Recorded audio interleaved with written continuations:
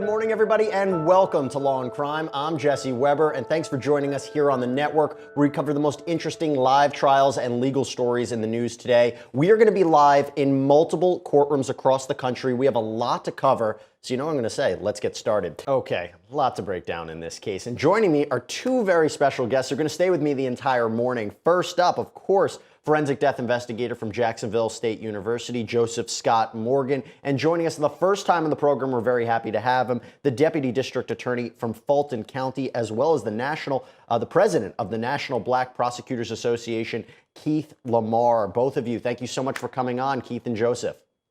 Thank you.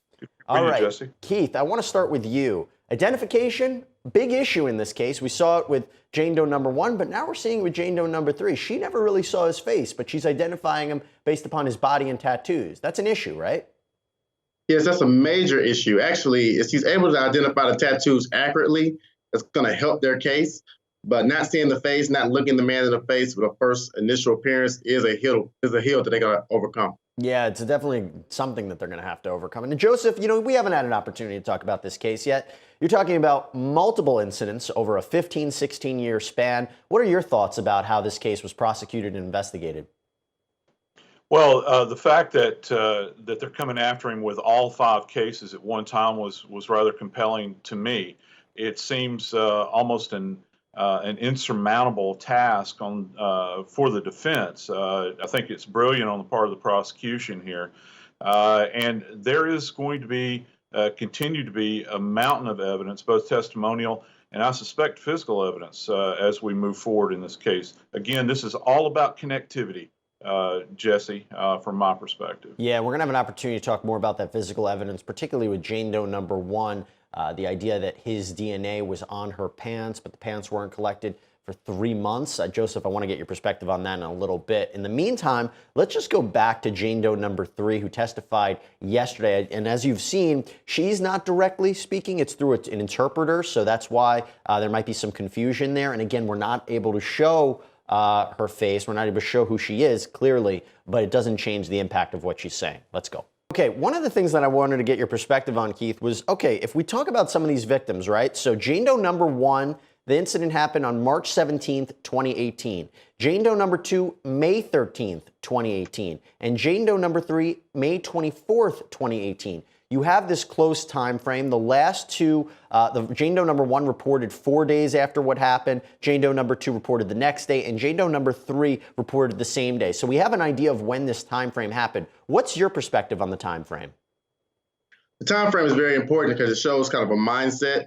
I agree that having all 5 cases at the same time is great for the prosecution. It shows that he had the mental capability to do these things. The language barrier and listening to the court case makes it a little harder to understand where the witness is going, but I think it's clear to see that he was there and that something happened.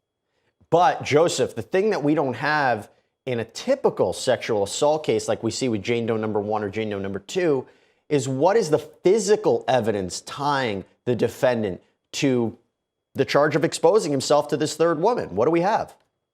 I don't know. That's a curious question, particularly given the fact that she never looked this guy in the face. I think that goes to her level of fear.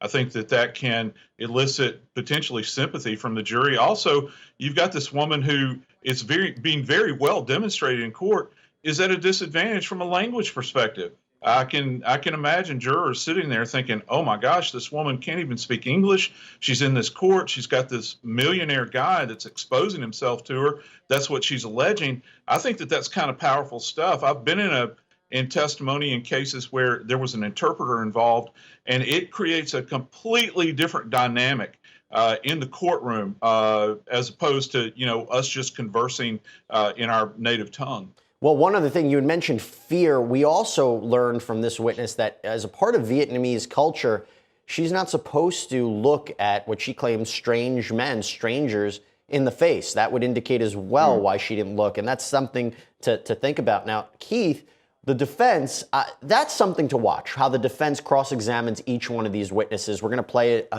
after our next break, how they cross-examine Jane Doe number 1 and Jane Doe number 2. That's a tricky case, though. That's tricky, right? Because these are alleged victims, so you have to be careful how you do it. Yeah, you got to be very sensitive on how you approach these victims. If you're from the defense standpoint, you don't want to attack them because that's not a good look when you're talking about the jury. Nobody needs to have a victim of a crime such as this be attacked on the stand.